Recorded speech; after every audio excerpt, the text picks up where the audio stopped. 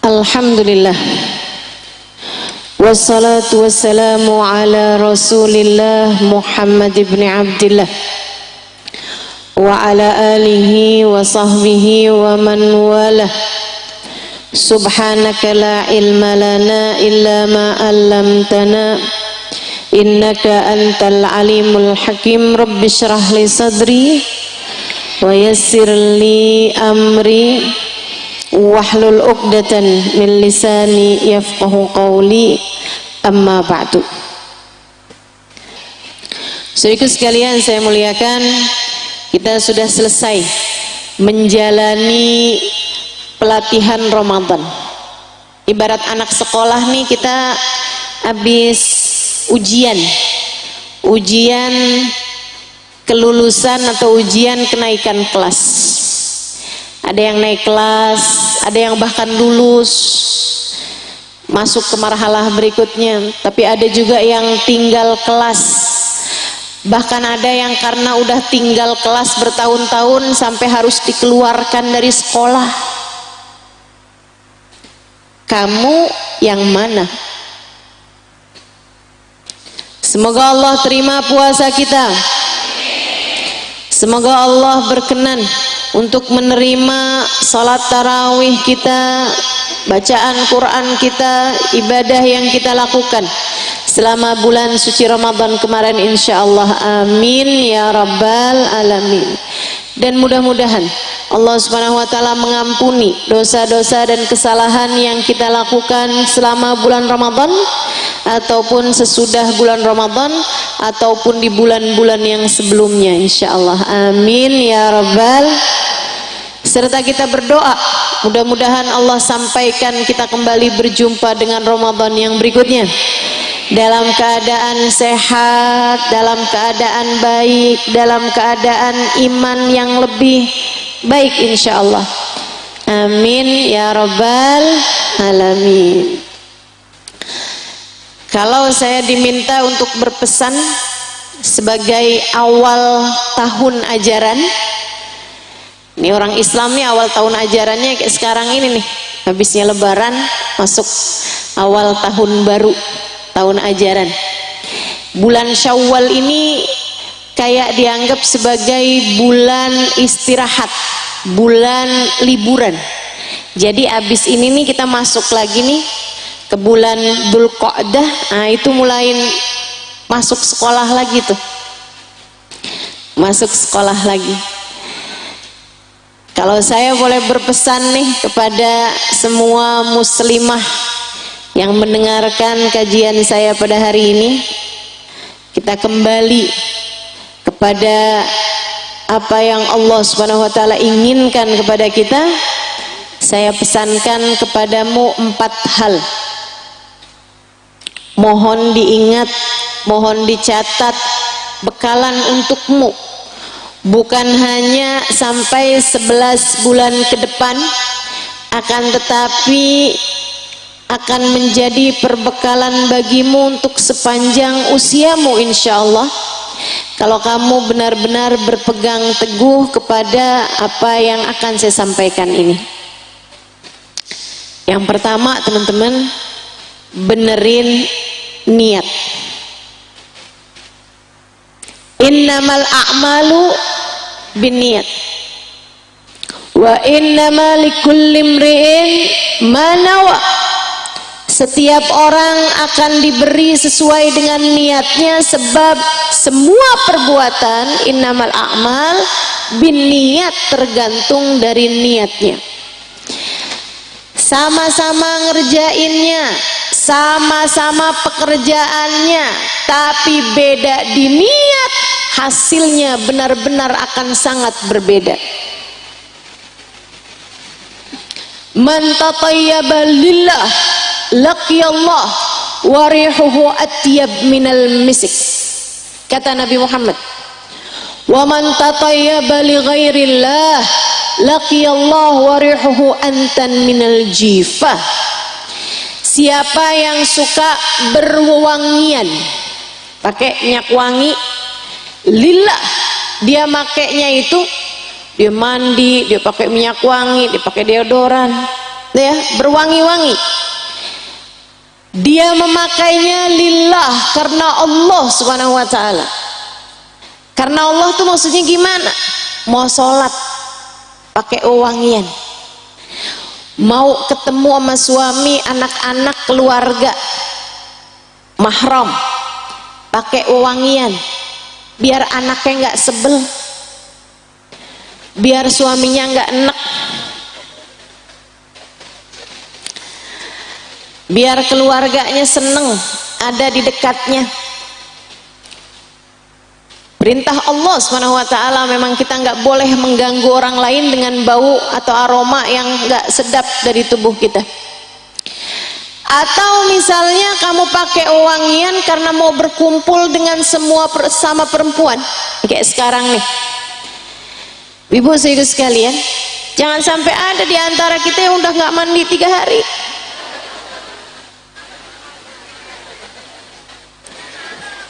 Atau pagi hari ini nggak mandi gitu kan?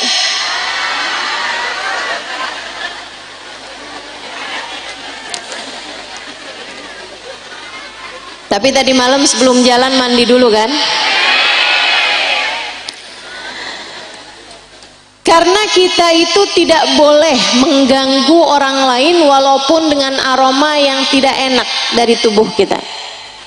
Saudara sekalian, Nabi pernah mengeluarkan orang dari masjid. Kebayang ya, Nabi itu kan orangnya santun, adab, akhlak luar biasa. Kebayang nggak? Pernah ada orang disuruh keluar sama Nabi dari dalam masjid. Bahasa kasarnya ngusir. Nabi mengusir seseorang dari masjid. Begitu keji ya kelihatannya gitu.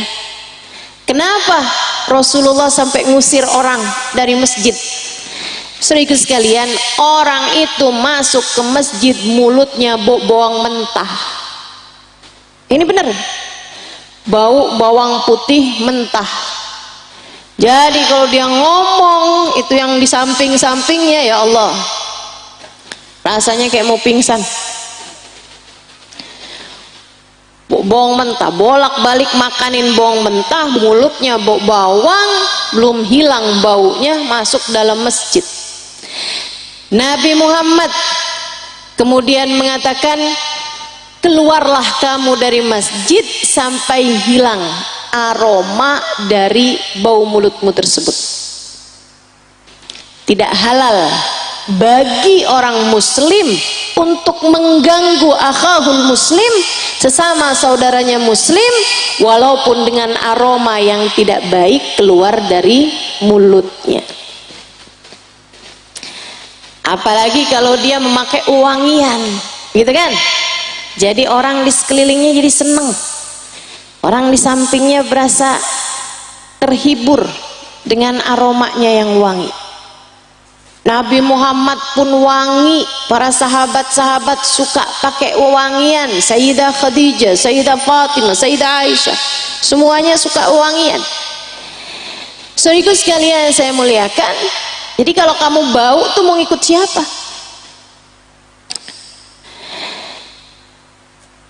Seperti yang tadi saya sampaikan, Nabi sampai bahkan mengusir seseorang dari masjid hanya karena agar tidak mengganggu yang lainnya. Begitu tinggi Islam ini dalam ranah sosial, sehingga semuanya bisa berkehidupan dengan baik antara satu sama lainnya.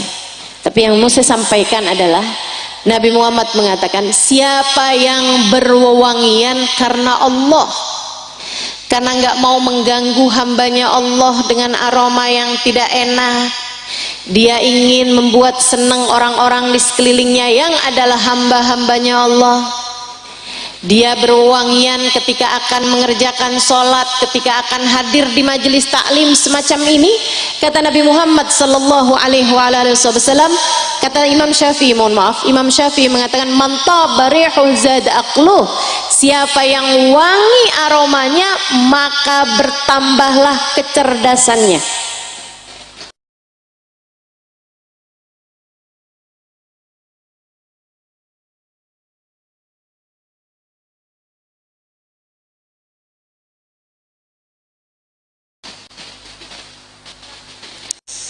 Saudaraku sekalian, saya dulu kalau mau belajar, mau ngafalin sesuatu, ada majelis saya lagi mau buka kitab gitu, nah, itu hal pertama yang saya lakukan selain mandi itu ya, adalah berwangian. Saya pakai minyak wangi, saya pasang bukur, udah sampai aromanya wangi, duduk enak tuh. Tapi kalau udah aromanya kurang enak, Masya Allah, rasanya mau baca hadis, mau nginget-nginget pelajaran, susah banget masuknya. Ayo nih, coba nih yang sekarang susah konsentrasi, diinget-inget tadi pagi mandi apa enggak?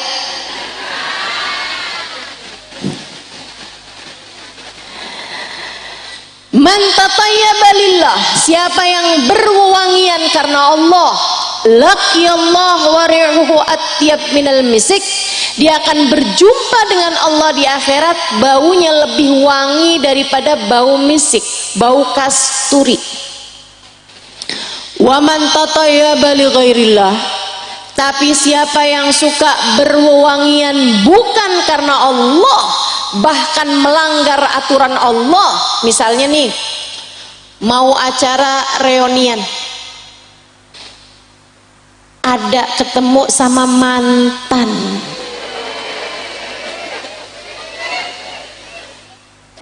mandi bolak-balik, pakai deodoran lapis-lapis, pakai minyak wangi semprot kanan kiri depan belakang bawah atas, waduh, segitunya. Biar kenapa? Siapa tahu CLBK. Ini istilah lawas banget ya.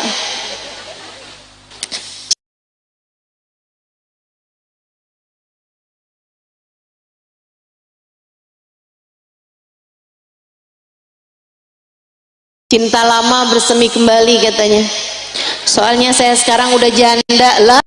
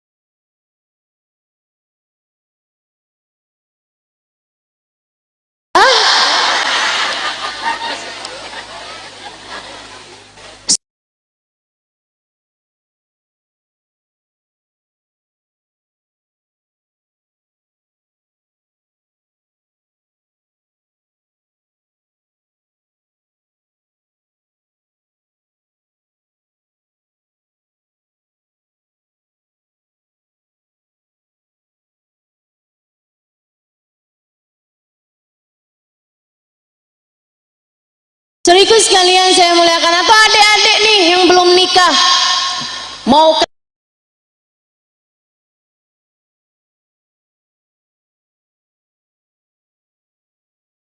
ketemuan, wewangian dulu, temuan apa?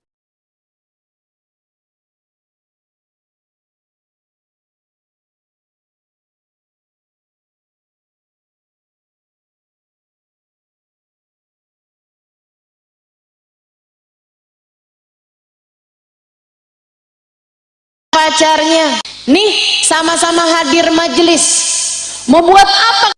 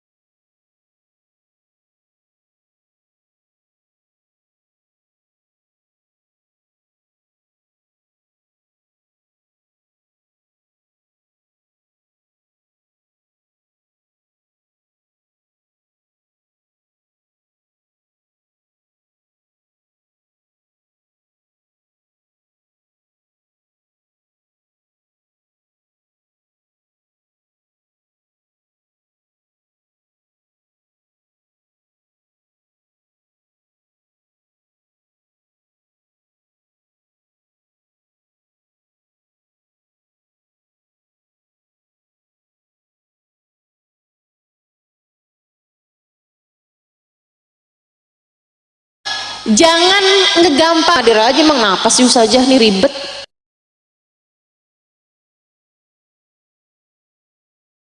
Emang apa sih Ustazah nih ribet.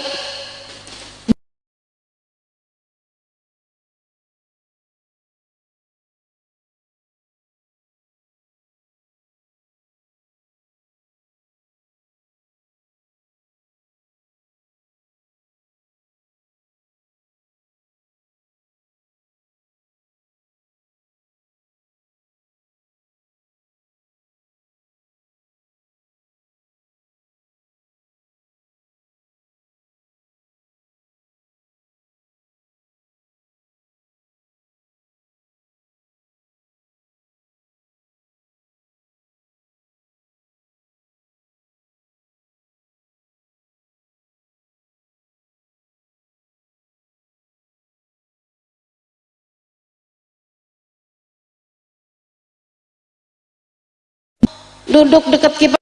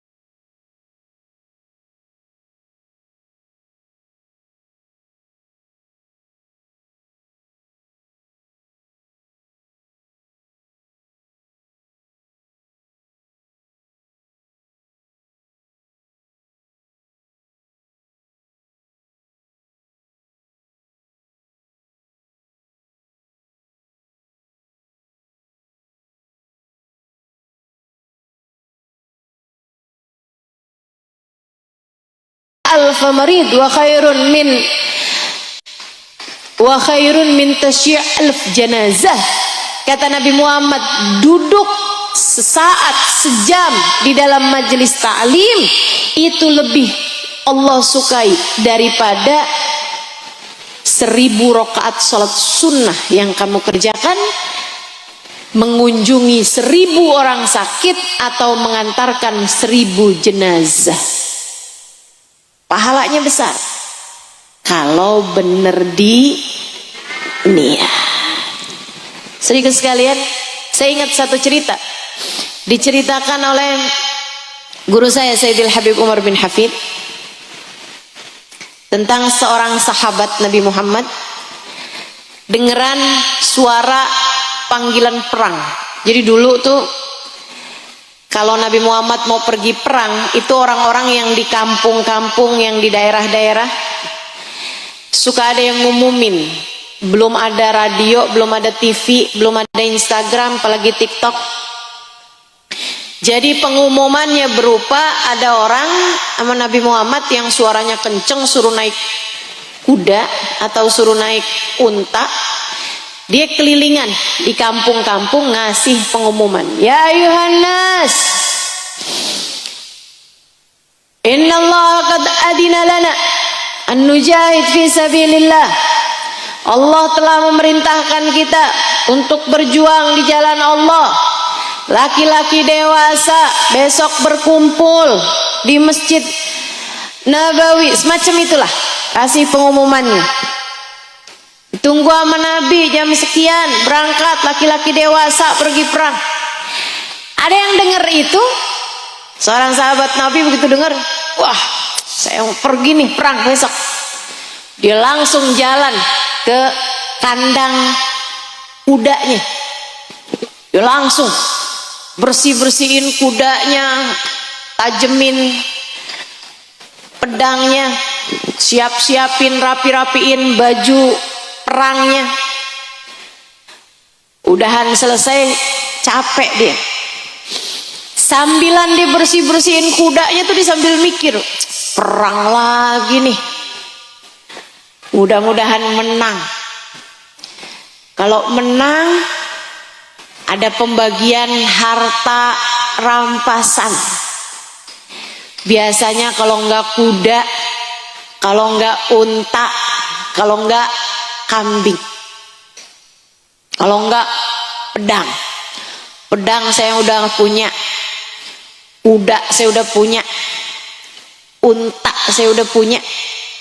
Saya kalau dibagi harta rampasan perang, saya ditanya, kamu mau apa? Kambing ya Rasulullah. Pikirin sama dia nih, kalau nanti saya dapat kambing, saya mau sembelih, saya mau bikin kambing guling, nanti saya mau bakar hatinya kambing. Enak banget tuh, bayang. Nyam nyam nyam. Hati kambing enak banget dah. Habisnya dia bersih-bersihin si kudanya tadi itu, capek di atas bale-bale, ketiduran, ngimpi.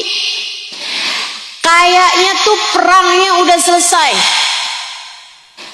perangnya menang, harta rampasannya banyak, cuman masalahnya dia mati. Mimpinya tuh kayak panjang sampai di mahsyar. Tiba-tiba udah sampai mahsyar, saat pembagian catatan-catatan amal dan saat pembagian balasan-balasan amal perbuatan. Dia lihat teman-temannya dia yang mati juga di saat perang, semuanya dosanya diampuni, bahkan bisa memberi syafaat kepada 70 keluarganya. Habis itu aromanya wangi misik, darahnya, karena orang kalau meninggalnya jihad itu dikuburkan sama baju-baju yang ada darah-darahnya, itu udah nggak pakai dikafanin lagi, langsung dikubur aja. Nabi Muhammad bilang, maka darahnya akan Allah gantikan dengan bau misik. Bau darahnya Allah gantikan dengan bau misik. Semuanya kayak begitu kecuali dia. Dia darahnya tetap bau anyir, dia dosanya nggak terampuni, dia nggak bisa ngasih syafaat kepada 70 keluarganya, 70 orang-orang yang dia mau, nggak dapat tuh semuanya. Jadi dia deketin malaikat, dia protes. Om,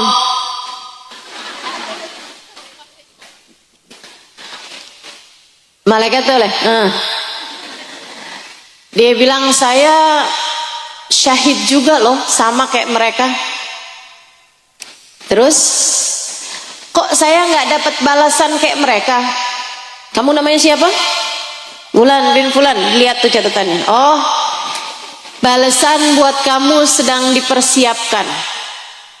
Kalau boleh tahu apaan ya? Hati kambing. Hati kambing.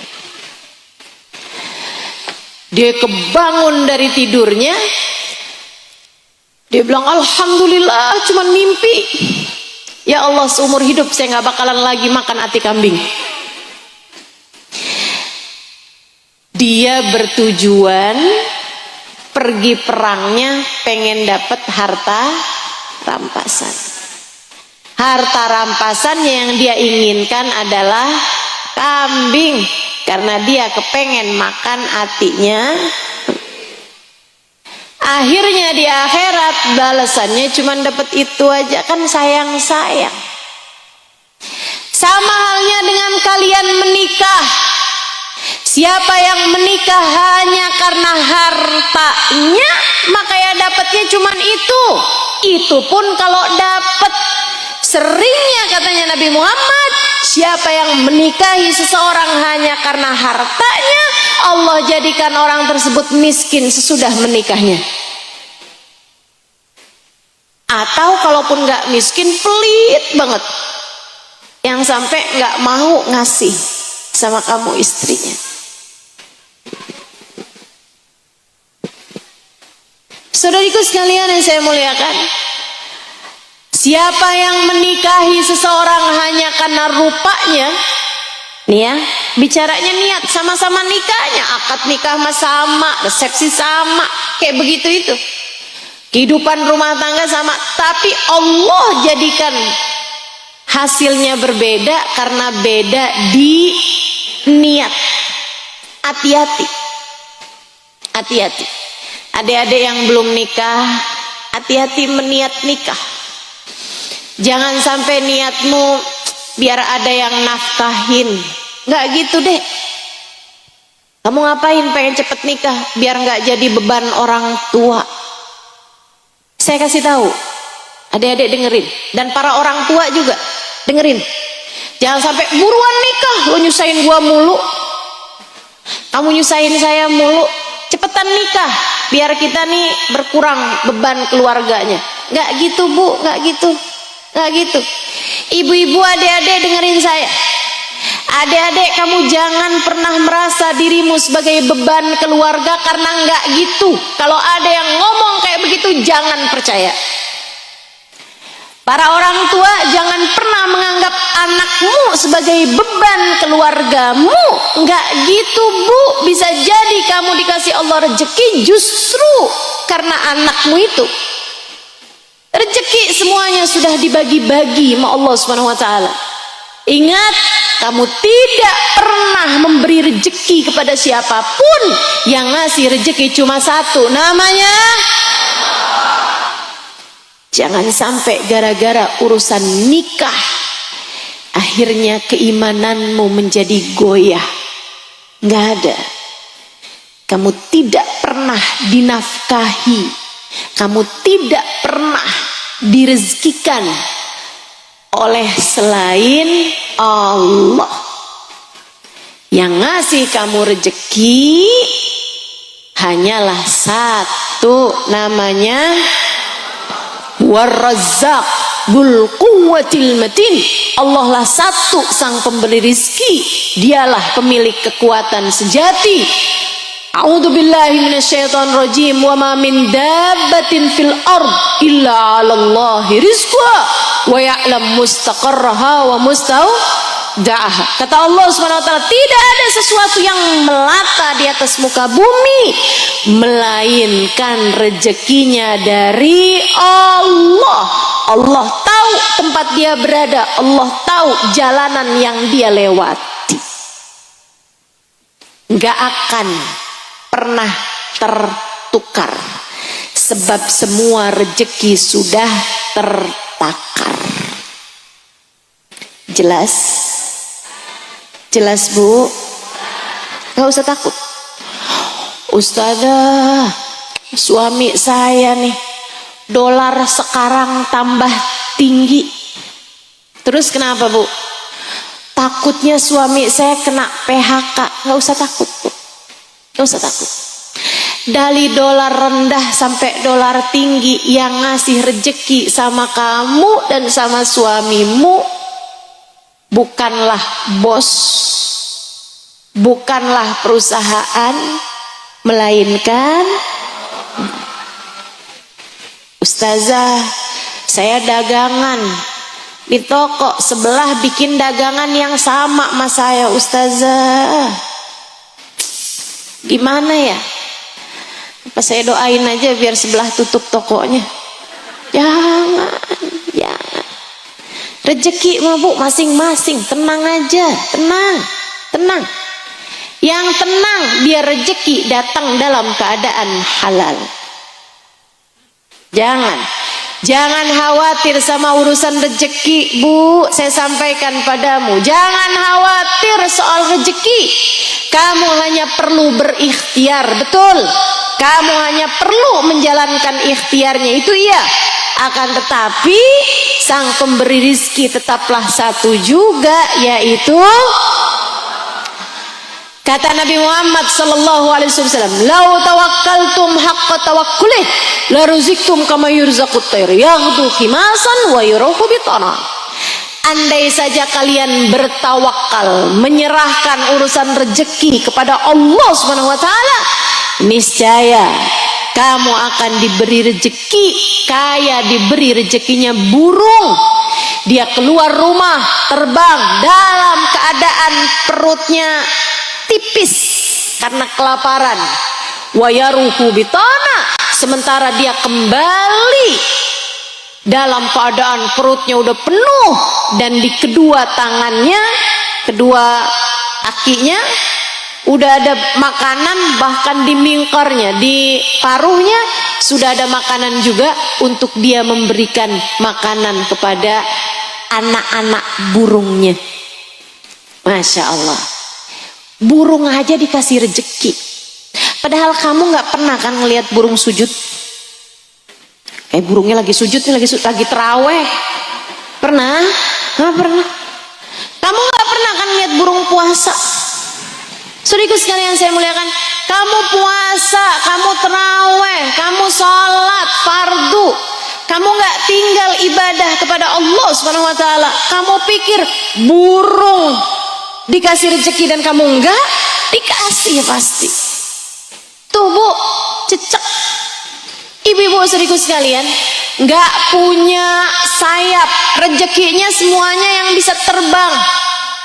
Itu kalau cecek bisa protes tuh, dia yang paling gede protesnya urusan rezeki. Ya Allah, rezeki saya semua bisa terbang, akan tetapi saya nggak dikasih sayap barang sedikit juga. Gimana cara saya nangkep ya Allah rezeki saya? Kan dia bisa terbang, sementara saya nggak bisa terbang.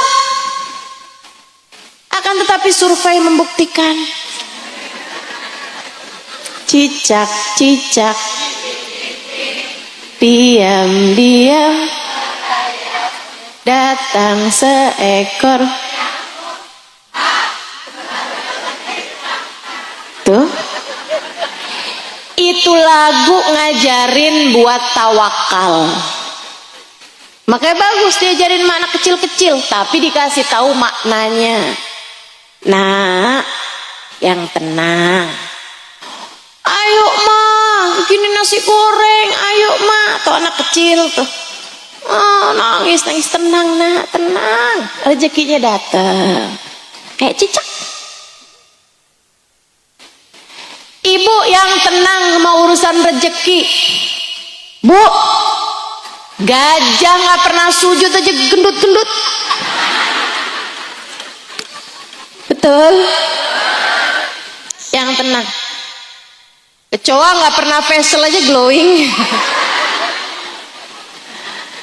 Udah urusan rezeki itu Allah yang udah ngatur semuanya. Alhamdulillah.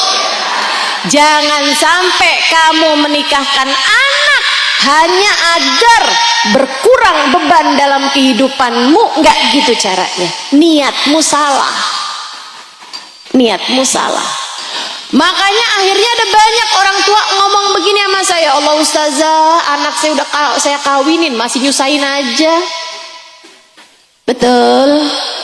Bahasamu bukan itu begitu? Jangan-jangan kamu salah di niat, Bu. Makanya dengerin saya, benerin niat. Adik-adik juga, kalau kamu nikah jangan hanya karena agar dinafkahi sama suamimu. Yang ngasih rezeki hanya Allah Subhanahu wa ta'ala semata, tidak ada keduanya. Allah aja udah satu yang ngasih rezeki. Tenang, yang tenang. Jangan terus-terusan nuntut suami. Jangan terus-terusan bikin suami hatinya jadi nggak tenang karena nyari rezekinya dengan terus dibayang-bayangin sama istrinya. Sampai kalau pulang bawa duit sedikit gemeteran, kesian. Ya Allah, ya Allah. Enggak gitu, enggak gitu. Yuk, hatinya yang tenang, hatinya yang tenang. Tapi ustazah, saya tuh kepengen banget ustazah dikasih rezeki itu yang luas gitu ustazah, biar kayak orang-orang. Orang-orang tuh pada bisa jalan-jalan lebaran, pada bisa tamasya, pada bisa seneng-seneng. Ini borok-borok ustazah. Kalau saya beli baju lebaran buat anak sayanya sendiri nggak pakai baju lebaran. Pengen dapat rezeki yang lapang gitu ustazah. Gimana caranya? Ikut apa yang Allah Subhanahu wa ta'ala perintahkan. Gimana tuh? Kata Allah Subhanahu wa ta'ala, man yattaqillah yaj'al lahu makhraja wa yarzuqhu min haitsu la yahtasib. Siapa yang bertakwa kepada Allah, Allah akan beri jalan keluar untuk setiap permasalahannya dan bakal diberi rezeki dari arah yang tidak dia sangka-sangka. Yang takwa. Takwa tuh gimana? Yang takut buat bikin dosa, itu takwa. Kerjain perintah Allah, takut sama dosa. Yang cinta sama Allah dan yang takut sama Allah untuk mengerjakan dosa, itu takwa. Kalau kamu mau ngomongin orang takut, kalau kamu mau marah-marah takut, kalau kamu mau ninggal sholat takut, kalau kamu auratnya kelihatan di hadapan laki-laki kamu takut, kalau kamu mau ngambil haknya orang lain yang bukan hakmu kamu takut. Kalau kamu punya rasa takut semacam itu, ini ada duit nganggur nih, kayak nggak ada yang lihat. Tapi kan Allah lihat, nggak berani. Kalau kamu semacam itu teman-teman saudariku sekalian, saat sendirimu, saat bersamamu, hati kamu selalu merasa dalam pandangan Allah, Allah janji aku akan beri kamu rezeki dari arah yang tidak kamu sangka-sangka. Jadi buat ibu-ibu yang suka merasa rezeki saya kok seret banget Bu, hal pertama yang saya minta kamu lakukan adalah ngomongnya yang bagus sama suami. Akhlakmu cobain, bagusin akhlakmu sama suami yang bagus. Kalau ngomong jangan kasar, ngomongnya yang bagus, muji suami, akhlakmu yang baik. Liatin. Kalau kamu selama ini kepengen rezekimu itu luas, malah dengan marah-marahin suami, nuntut suami, coba kamu udah pernah kan? Gimana hasilnya? Hah? Rezekimu jadi lapang atau tambah semakin seret? Tambah semakin seret. Karenanya saya sampaikan padamu karena saya sayang sama kamu. Rezeki itu urusan Allah. Rezeki itu urusan Allah. Allahnya udah janji, la in syakartum, kalau kamu syukuri aku tambahi. Jadi kalau ibu-ibu dapat rezeki berapapun, entah itu langsung bukan lewat suami ataupun langsung dari kamu kerja sendiri atau kamu usaha sendiri, apapun aja, kalau kamu syukuri bakal Allah tambahi. Yang seneng dikasih rezeki sama Allah tuh berapapun yang seneng bakalan ditambah-tambahin terus sama Allah, insya Insya Allah.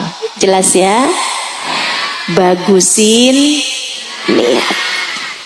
Bagusin niat. Yang bagus niatnya. Mau mondokin anak niatnya yang bagus.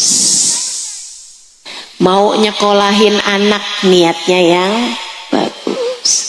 Jangan sampai kamu punya niat begini. Anak saya nih saya sekolahin biar pinter, biar bisa kerja yang bagus. Nanti di masa tua dia ngurusin saya. Gak ada gitu Bu. Kamu dari bayi udah diurusin. Bukan nama orang lain, tapi sama Allah subhanahu wa ta'ala. Allah. Kata Allah, Qul a'udhu birabbin nas, malikin nas, ilahin nas. Mohonlah petunjuk, mohonlah perlindungan hanya kepada Tuhannya manusia. Minta itu hanya kepada Tuhannya manusia. Dia yang nyiptain kamu.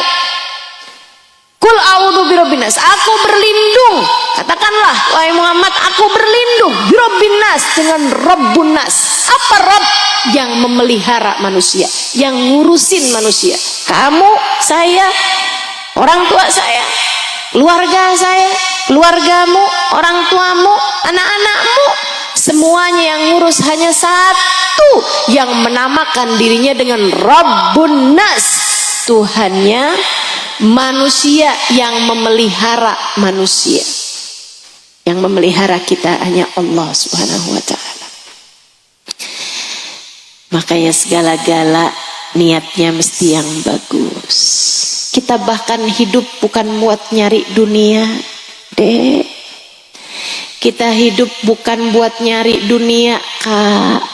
Enggak.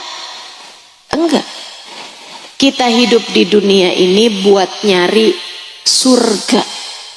Kita hidup di dunia ini buat nyari ridhonya Allah subhanahu wa ta'ala. Maka benerin niat hidupmu. Saya hidup ya Allah, dari mulai sekarang sampai akhir kehidupan saya akan persembahkan untukmu. Saya akan hidup karenamu. Saya akan hidup untukmu dan karenamu. Insya Allah. Nanti tinggal diingetin terus. Makan karena Allah, pakai pakaian karena Allah, mandi karena Allah, pergi karena Allah, membuat keputusan karena Allah. Jangan hanya mengikuti hawa nafsu. Sudah banyak salahmu. Dalam hidup ini kamu udah bikin salah banyak. Dan kesalahan itu disebabkan karena kamu memutuskan sesuatu berdasarkan hawa nafsu. Kalau kepengen salahmu sedikit, apalagi kalau kepengen kamu nggak lagi bikin banyak kesalahan, maka kerjakan segala sesuatu hanya karena Allah. Jangan jadikan hawa nafsu sebagai alasanmu mengerjakan, akan tetapi jadikan ridho Allah sebagai alasanmu mengerjakan sesuatu, sehingga kamu menjadi orang yang benar ketika kamu mengucapkan inna sholati wa nusuki wa mahyaya wa mamati lillahi rabbil alamin. Ya Allah, sholat saya ini sekarang ya Allah, bahkan bukan hanya sholat yang sekarang, nusuki semua ibadah saya ya Allah. Bahkan bukan cuma ibadah aja ya Allah, mahyai, hidup saya ya Allah. Bahkan bukan hanya hidup aja ya Allah, mati sampai saya mati ya Allah, lillahi rabbil alamin. Hanya untukmu dan karenamu ya Allah. La syarikalah, tidak untuk selainmu. Wa bidzalika umirtu, untuk itulah aku diperintahkan. Wa ana minal muslimin, dan aku adalah seseorang yang senantiasa tunduk patuh hanya kepadamu ya Allah. Itu nasihat saya yang pertama. Benerin niat. Benerin niat. Yang kedua, ibu hiduplah dengan takwa. Dek, hiduplah dengan takwa. Kerjain perintah Allah, jauhin larangan Allah. Apapun yang diperintahkan jangan punya pilihan. Ini adzan duhur misalnya, enaknya sholat duhur apa enggak ya? Ya sholat. Bulan puasa, enaknya saya puasa apa enggak nih hari ya? Ya puasa. Enaknya hari ini puasanya sampai maghrib apa mokel ya? Jangan. Teman-teman saudaraku sekalian yang saya muliakan, Ustazah tahu mokel itu bahasanya orang Jawa Timur, dari dulu juga batalin puasa gitu bahasanya. Saudaraku sekalian yang saya muliakan, jangan punya pilihan. Misalnya nih, terhadap perintah Allah dan terhadap larangan Allah jangan punya pilihan.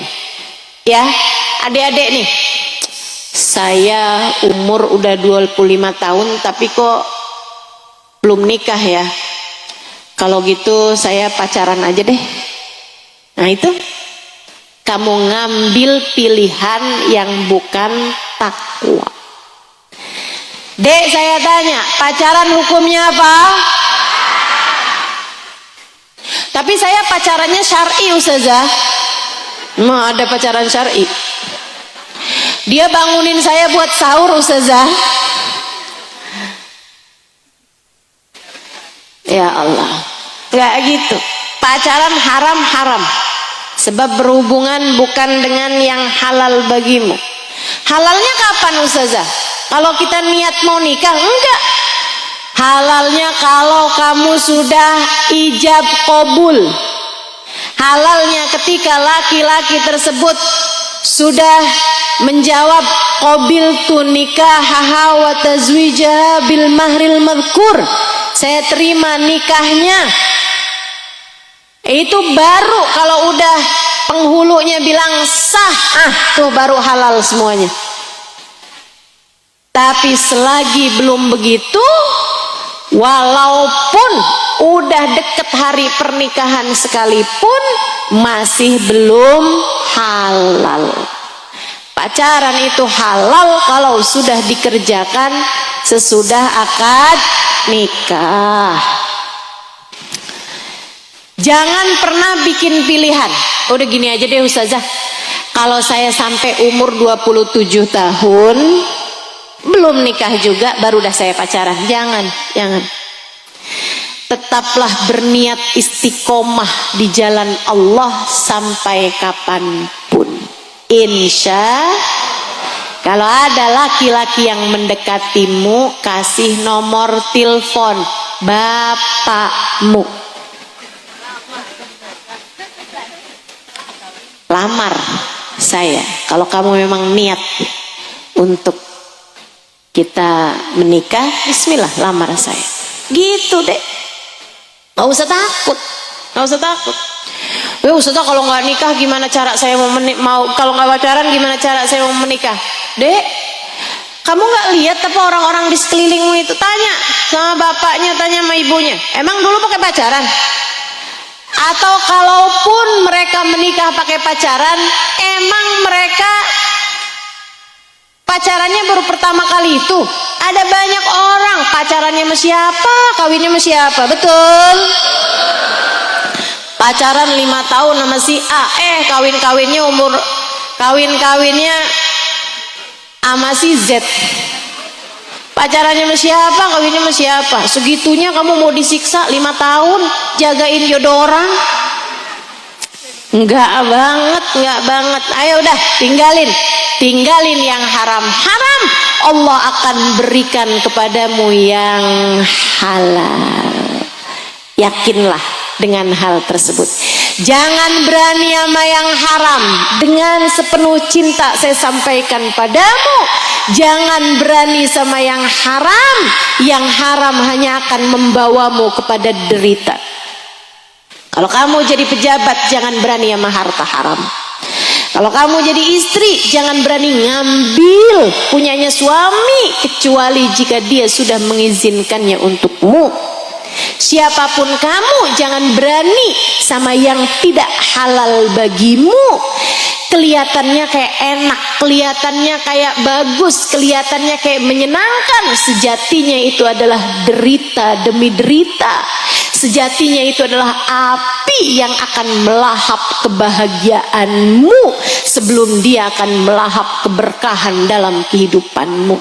Hidupmu nanti bakalan susah terus kalau kamu berani sama yang haram.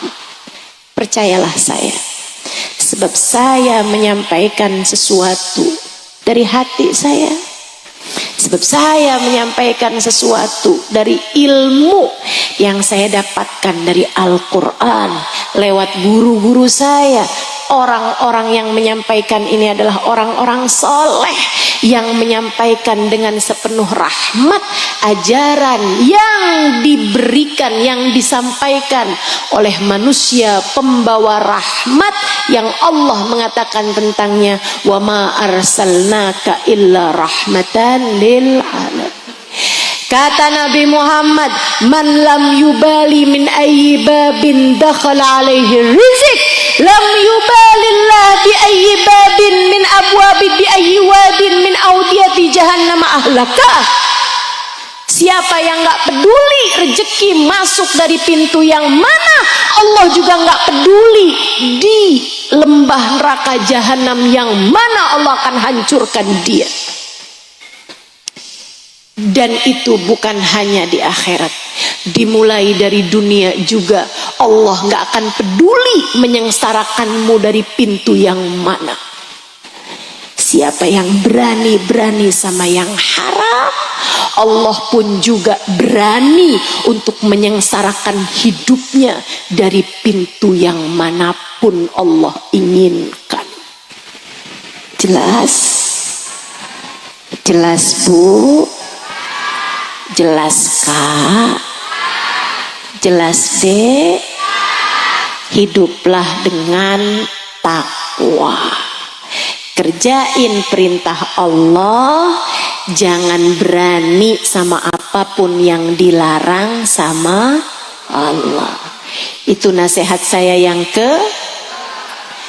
ketiga. Adik-adik, ibu-ibu, kakak-kakak, nenek-nenek, banyak juga nenek-nenek di sini kan. Nasihat saya yang ketiga,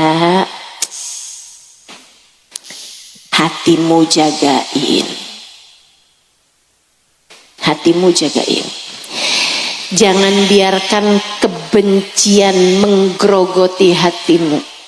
Jangan. Saya kesian sama kamu. Kita ini kan hidup nggak bisa loh bawa suami terus-terusan, bawa harta terus-terusan, bawa anak terus-terusan. Apalagi mati, semuanya ditinggalin. Tapi ada yang akan selalu bersamamu. Kapanpun dan dimanapun kamu berada, bahkan sampai kamu masuk dalam kubur. Apa itu? Hatimu, perasaanmu. Ini kamu bawa terus-terusan. Sekarang nih kamu duduk bawa hati. Belum tentu semua bawa HP. Belum tentu semua bawa duit. Betul?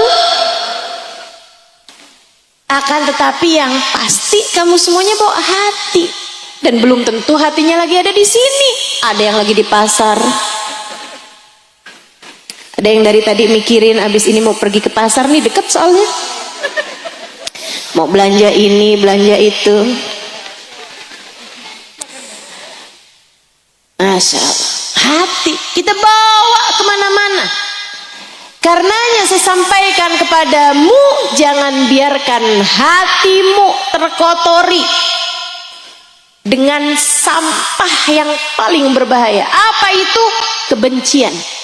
Jangan.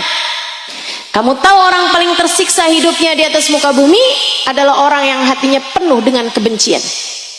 Sama suami sendiri benci, Ama anak sendiri benci, ama mantu sendiri benci, ama mertua sendiri benci, ama ipar sendiri benci. Jangan susah nanti hidupmu, jangan sengsara nanti hidupmu.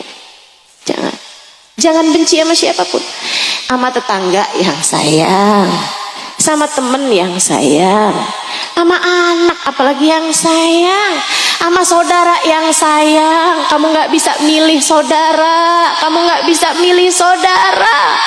Kalau kamu kehilangan saudaramu, kamu bisa nyari di mana? Nggak ada gantinya. Kalau bukan kamu yang sayang sama adik-adik kamu, siapa lagi? Kalau bukan kamu yang sayang sama anak kamu, sama mantu kamu, siapa lagi? Saudariku sekalian yang saya muliakan, hatimu jangan biarkan terkotori dengan sampah yang bernama kebencian. Saya sampaikan atas nama cinta, saya sampaikan atas nama sayang saya sama kamu. Jangan biarkan hatimu terkotori dengan kebencian. Inget-ingetin nasihat saya, inget-ingetin ucapan saya, terus kamu bawa. Kamu ketika benci enggak nyiksa siapa-siapa selain diri kamu sendiri. Saya ulangi, kamu ketika membenci, kamu tidak sedang menghilangkan kebahagiaan siapa-siapa sebelum kebahagiaan kamu sendiri. Jelas. Kamu pengen hidup kamu berkelimpahan kasih sayang, belajarlah buat menyayangi orang lain yang sayang, sama anak-anakmu sendiri yang sayang, sama menantumu yang sayang, sama cucu-cucumu yang sayang. Bu, saya pernah ketemu seorang hubabah di sini di Indonesia. Mungkin seringnya dengar saya cerita tentang hubabah-hubabah di Kota Tarim, itu pasti lebih banyak. Tapi di Indonesia juga bukan berarti nggak ada. Saya pernah ketemu salah satu hubabah di sini di Pulau Kalimantan. Itu ibu-ibu saudara sekalian, per sekian hari hatam Quran. 3 hari kalau nggak salah, per 3 hari hatam Quran. Saya tanyain, namanya Hubabah Anissa Al-Haddad. Saya tanyain, Wabah, baca Qurannya banyak banget. Itu beliau usianya tahun ini lebih dari 100 usianya. Waktu saya ketemu itu hampir 100. Itu teman-teman saya sekalian masih baca Quran, pakai kacamata, tapi maksudnya masih bisa baca Quran gitu. Dia baca Qurannya banyak. Saya bilang, Boba, aku baca Qurannya banyak banget. Dia bilang, habisnya saya ustazah kalau malam itu suka nggak bisa tidur. Jadi daripada saya nggak bisa tidur, nggak jelas gitu, saya pakai aja baca Quran. Ya Allah, nikmat bener hidup. Quran selalu menemaninya. Terus saya tanya, Baba, amalannya apaan sih Baba? Baba nih kasih tahu saya gitu. Hidup sampai berkah kayak begitu, mata masih bisa dengar, nggak pikun, telinga masih bisa dengar. Saya berarti bicara udah lama nih ya, udah mulai salah-salah begini nih. Ibu-ibu tuh kalau saya salah kayak seneng banget. Baiklah, telinga masih bisa dengar, awas, matanya masih bisa lihat, bahkan Quran yang nggak besar juga itu ya, beliau gitu, nggak pikun sama sekali. Waktu saya datang tuh beliau bilang, Ustazah, nanti kalau pulang ke Jakarta kirim salam ya sama Fulanah binti Fulan, terus sebutin namanya. Saya bilang, emang masih keluarga Bapak? Enggak, dia pernah datang ke sini. Pernah sekali datang ke sini, masih bisa inget namanya, Bu. Saya aja jangan suka ibu tanyain dah nama ibu-ibu nih sama saya. Ustazah masih ingat kan sama saya? Waduh, itu pertanyaan jebakan. Sehingga sekalian saya muliakan, bisa luar biasa gitu hidupnya, sampai masih bisa ngasih nasihat sama orang di usia segitu lanjutnya, segitu tuanya. Saya tanyain sama Ubabah itu, Ubabah amalannya apa gitu, ajarin saya. Beliau bilang, Saya Ustazah Halimah sholat witir 11 rakaat tiap malam. Tiap malam. Jadi beliau karena nggak bisa tidur, malamnya isinya Quran, sama kalau udah jelang-jelang 1 jam sebelum subuh beliau witir 11 rakaat. Per 2 rakaat, habis selesai 2 rakaat tuh, per 2 rakaat, anaknya kalau nggak salah ada 5 atau 6 gitu. Per selesai 2 rakaat, dia akan mendoakan semua anak, cucu, cicit, anaknya cicit, sama mantu-mantunya, disebutin namanya semua. Sebutin namanya semua. Ya Allah ampunin dia, ya Allah sayanginnya, ya Allah bimbing, ya Allah, kayak gitu. Anak-anaknya dia sebutin namanya satu-satu, mantu-mantunya sebutin namanya satu-satu, cucu-cucunya, mantu cucunya, cicit-cicitnya, sebutin semuanya namanya satu-satu, didoain satu-satu. Orang hatinya penuh rahmat kayak begini, hidupnya berkah, hidupnya bahagia. Tapi kalau kamu merasa selalu terzolimi, selalu tersakiti, ya Allah lihatlah perlakuan saudaraku kepadaku, ya Allah. Bukankah engkau tidak tidur, ya Allah? Balaslah dia, ya Allah. Bukankah karma itu nyata? Kata Allah, yang jahat kamu, kenapa kamu melibatkan saya dalam kejahatanmu? Allah itu bu, kak, dek, yaghfiru liman yasha wa yu'adzibu man yasha. Allah mengampuni yang dia kehendaki, Allah menyiksa yang dia kehendaki.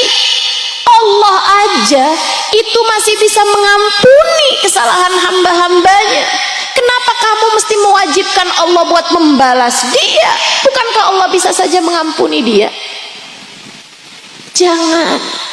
Jangan pernah seperti itu kepada siapapun.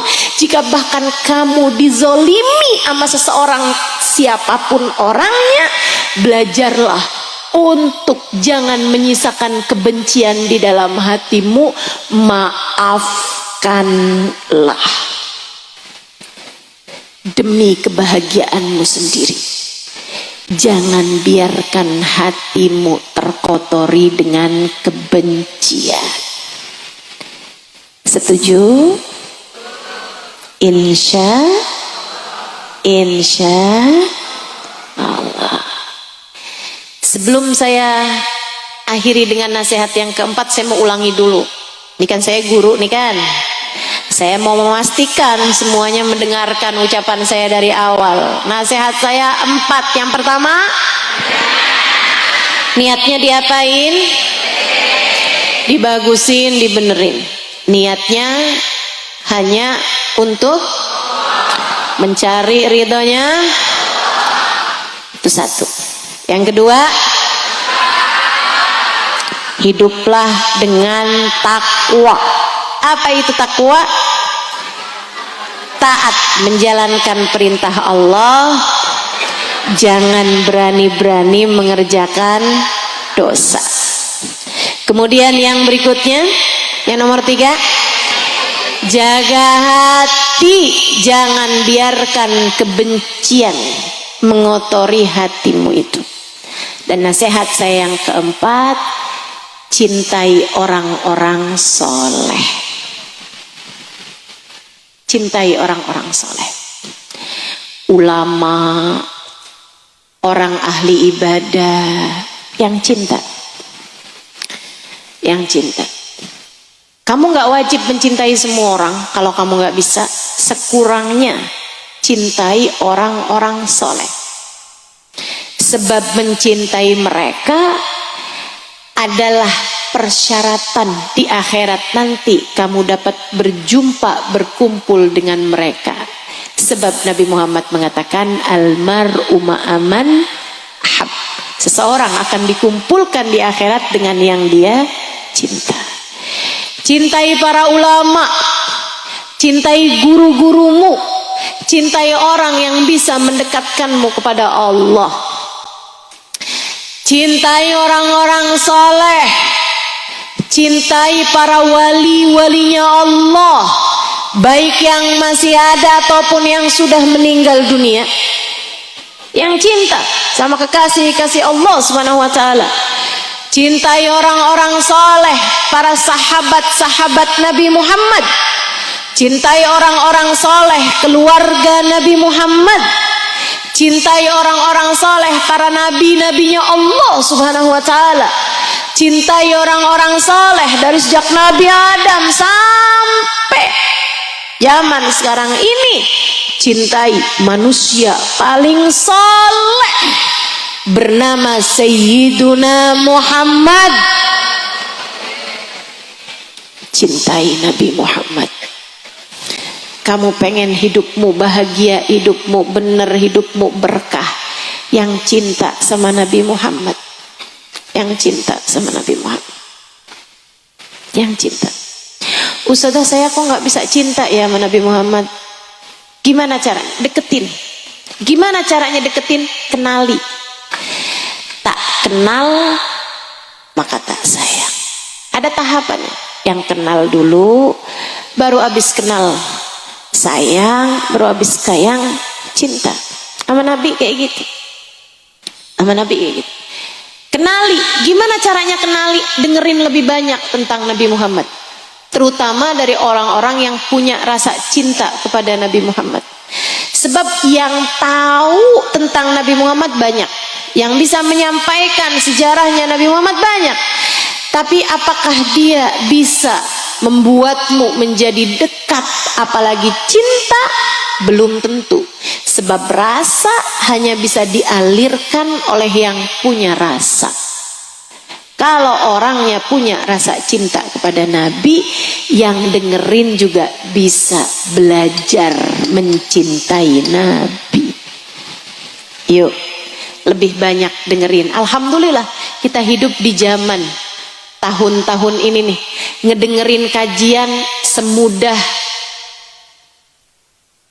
tinggal semudah ini ya, semudah membalik telapak tangan. Tinggal scroll, buka YouTube, dengerin kajian, gampang banget Bu. Dulu orang mau menuntut ilmu, mau dengerin kajian tentang Nabi Muhammad, mesti berjalan berkilo-kilometer jauhnya. Sekarang semudah membalik telapak tangan. Bahkan banyak diantara ibu-ibu nih yang ketiduran masih lagi dengerin saya. Sampai banyak yang suka bilang, Ustazah, saya sering ngimpi Ustazah. Nah iya, saya jadi teman tidur kamu selama ini. Ada yang begitu? Boleh saya tahu acungkan tangannya? Oh, tuh banyak banget. Insya Allah kita belajar bareng-bareng buat punya rasa cinta sama Nabi besar Muhammad sallallahu alaihi wasallam. Tak ada yang lebih menyayangimu daripada Nabi Muhammad. Percaya saya, nggak ada yang sayang sama kita lebih daripada Nabi Muhammad. Diajarin semuanya tentang cara hidup yang baik. Beliau mendoakan kita, terus menghaturkan kepada Allah Subhanahu wa taala keselamatan kita. Manusia yang hidupnya, kalau ditanya apa cita-citamu wahai Nabi Muhammad, cita-citanya adalah masuknya seluruh umatnya ke dalam surga. Orang yang punya cita-cita keselamatan kita gimana tuh? Gimana nggak yang paling sayang sama kita? Saudara sekalian saya muliakan, belajar terus buat punya rasa cinta sama Nabi Muhammad, terus ditumbuhin. Kalau belum punya, cari benihnya. Benihnya ada pada para pecinta-pecinta. Dengerin, duduk bersama dengan mereka, hadir di kajian para pecinta-pecinta Nabi Muhammad. Simak dengan baik, kemudian ditanam benihnya. Sirami dengan solawat, sirami dengan baca maulid, sirami dengan kasih sayangmu, dengan kamu mengingat-ingat, menyebut-nyebut nama Nabi Muhammad. Nanti akan berbuah. Buahnya ini yang akan kamu petik dari di dunia sebelum kelak berbuah kebersamaan di akhirat nanti. Mudah-mudahan Allah tidak menghalangkan kita. Hari ini kita bisa bersilaturahmi dengan saudara-saudara, dengan teman-teman, bisa kumpul, bisa ketemu. sama sahabat-sahabat, sama tetangga-tetangga mungkin ya, atau sekurangnya ibu-ibu teman-teman bisa silaturahmi dengan saya, gitu kan ya. Mudah-mudahan di akhirat nanti Allah izinkan kita untuk bersilaturahmi dengan Nabi Muhammad sallallahu alaihi wasallam. Semoga Allah izinkan kita hari ini bisa kumpul, saya bisa ketemu denganmu di akhirat nanti. Semoga saya bisa Allah pertemukan dengan nabimu, Nabi kita Muhammad sallallahu alaihi wasallam. Mudah-mudahan Allah perkenankan kita untuk mengikuti jalannya orang-orang saleh, mencintai orang-orang saleh, dan mencintai manusia paling saleh, baginda kita Nabi besar Muhammad sallallahu alaihi wasallam, insyaallah. Amin ya rabbal alamin. Rabbana zalamna anfusana fa illam taghfir lana wa tarhamna lanakunanna minal khasirin. Mudah-mudahan yang disampaikan dapat diamalkan dalam kehidupan. Mudah-mudahan yang saya sampaikan hari ini saya minta kepada Allah Subhanahu wa taala, ya Allah, semudah mendengarkannya, mudahkan semuanya untuk dapat mengamalkannya dalam kehidupan kami, ya Allah. Semudah kami mendengarnya, mudahkan kami untuk dapat mengamalkannya dalam hidup kami, ya Allah. Jadikan kami hamba-hambamu yang senantiasa bagus niatnya. Amin. Ya Allah, jadikan kami hamba-hambamu yang senantiasa taat padamu, menjalankan perintahmu, jauh dari larangan-laranganmu, ya Allah. Jauhkan kami dari dosa-dosa, ya Allah, dan ampuni dosa-dosa kami yang telah lalu. Allahumma ighfir lana fima madha wahfadna fima baqi. Ya Allah, ampuni dosa kami di masa lalu dan jaga kami agar tidak lagi terjerumus pada dosa di masa yang akan datang, ya Allah. Kami mohon padamu, ya Allah, bersihkan hati kami, ya Allah. Jangan biarkan kebencian mengotori hati kami, ya Allah. Jangan biarkan hasut, iri, dengki mengotori hati kami, ya Allah. Jangan biarkan hati kami, ya Allah, menjadi tempat setan dan hawa nafsu menguasainya, ya Allah. Jadikan hati kami penuh kasih sayang. Jadikan hati kami penuh rasa syukur. Jadikan hati kami penuh dengan kesabaran. Jadikan hati kami penuh dengan tawakal. Jadikan hati kami penuh dengan iman, dengan keyakinan kepadamu. Penuhkan hati kami dengan cinta. Cinta kepadamu. Cinta kepada baginda kami Nabi besar Muhammad. Cinta kepada orang-orang soleh. Rabbana zalamna anfusana wa illam taghfir lana wa tarhamna lanakunanna minal khasirin. Rabbana atina fid dunya hasanah wa fil akhirati hasanah wa qina adzabannar. Bi fadli subhana rabbika rabbil izzati amma yasifun.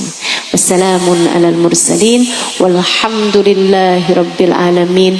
Wa ila hadratin nabi al-Fatihah.